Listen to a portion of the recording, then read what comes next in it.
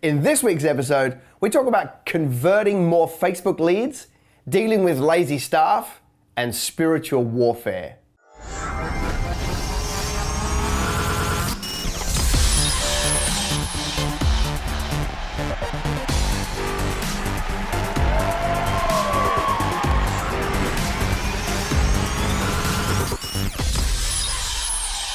Hey, and welcome to episode 41 of Business Greenhouse TV. No fluffing around this week, let's get into the show. Jada Plater asks, how do I convert Facebook leads to sales? Jada, solid question, and nice and broad.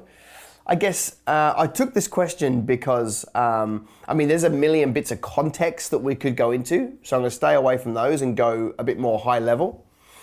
I think one of the biggest traps a lot of people think is that Facebook marketing is going to lead to sales. Now hear me out. I personally think that the jump that most people make in their Facebook advertising is way too big. So they'll run an ad, it'll be pushed into people's news feed, they'll see it, and they're just somehow expecting people to go from like, I don't know you, to I'm interested in you, to I'm giving you money in a digital space. And I don't think the world's there yet. Some industries, yes, small products online, yes.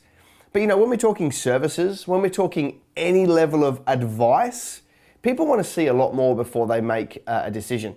So here's my thing. I think too many people are thinking digital and not enough people are thinking, face-to-face rapport building. So Facebook to me doesn't convert to sales. Facebook to me is phenomenal at building awareness, and then you're driving people to human interaction. And this is where a lot of people, they fall over because they want Facebook to do all of the work. And no marketing does all of the work. It's just opening the door for you to have a conversation. That could be a webinar, that could be a phone call, that could be filling up a room and getting people in. There's a million different ways from a mechanics point of view, but my concern is that Facebook is best at building brand awareness and then driving people to a personal interaction. And that's the bit where a lot of people fall over. If you take our world, for example, we do a phenomenal job of Facebook marketing, driving people to, for example, a 2-day Kingdom Business Summit. And that's where they get the human interaction to walk the rest of the way through the sale. If I just did, online advertising, expecting to have people sign up to a program where they're going to have a mentor for 12 months that they've never met or haven't chatted with or doesn't understand their business, the chances of getting people are much, much, much lower. So I would say to you, the way that you get Facebook to convert to sales is think about the steps in between Facebook advertising and customer and put some more human interaction in the middle, whether that be, engagement on the device and then get them off the device to the phone, or whether that be onto a webinar or, getting them in a room for a meeting, whatever it is. The way that you increase your conversion rate exponentially on Facebook marketing is to add human interaction. Jeff Hare asks, as operation manager, how do I motivate a lazy staff or team? Jeff, that's a great question. And, in love, I'm going to answer this as honest as I can.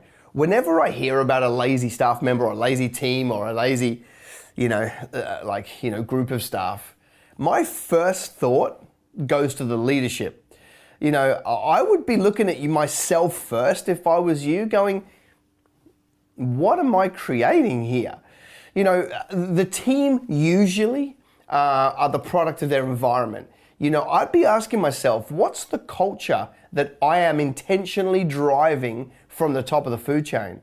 Are you intentionally building a culture that fosters hard work and rewards hard work and encourages an environment where it draws the best out of people, where they feel super valued, connected to a bigger vision beyond just themselves?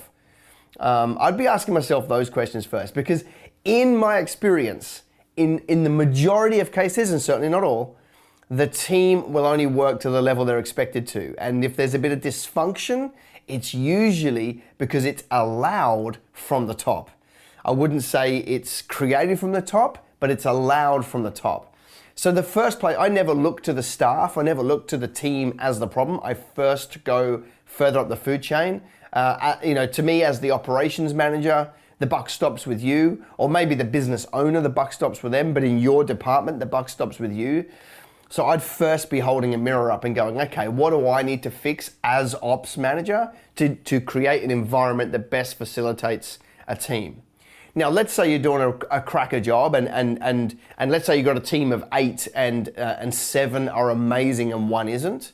Well, then you obviously have an environment that works well and you're left with 1 rogue staff member. To me, so if I've dealt with the first one of looking at myself and then I realize that it's not me and it's an individual, I would look at them and I put all those staff members that operate like that through a program that I call Average to Awesome. I give them every opportunity to be excellent, okay, before I was to go and say you're fired. And there's no issue with you're fired. I mean, I think too many people hang on to staff too long trying to fix them and they never want to change. And you can't actually change anybody. You can lead them, you can't really manage them. So you're never going to change them. So if they're never ever going to change, but first I would always want to give them every opportunity to turn and come good and join the rest of the team and do a great job. The way I do that is a program that I essentially call Average to Awesome. I sit down and get one-on-one with the staff member who's not performing, and I say, currently you're average, I want to get you to awesome. Let's agree on some milestones on how to get there. 4 weeks. And then week 1, 2, 3, and 4, we're going to have another meeting like this, checking that we are, doing the things that we've set out over these 4 weeks. What usually happens is they either come really good and play by the rules, or they don't. And at the end of week 1, you have a meeting and it's not going very well, and they'll quit. Or if by the end of week 2, you're having your meeting and they've missed the KPIs you set on week 1 and 2, they usually vote themselves off the island, and that's a great position to be in. If you get to 3 or 4 and they haven't been able to do it, it gets very easy to sit down with them and say, you didn't meet the expectations, unfortunately we're going to have to let you go. You document all of that in case they run off to work cover and have a moment and all those sort of things, then you've got the whole program there that you can provide to them and say, I gave every opportunity for them to go. But before I look at the staff, I always look at the leadership.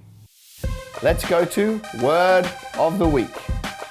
So Ephesians 6:12 is titled The Armor of God, and the greater passage is about putting on the armor of God, and we all know it, the breastplate, the belt, the truth, the shield, and all those sort of things. And, it's funny, just a little sideline on that one, the people that say to me, every morning I get up and I put on the full armor of God.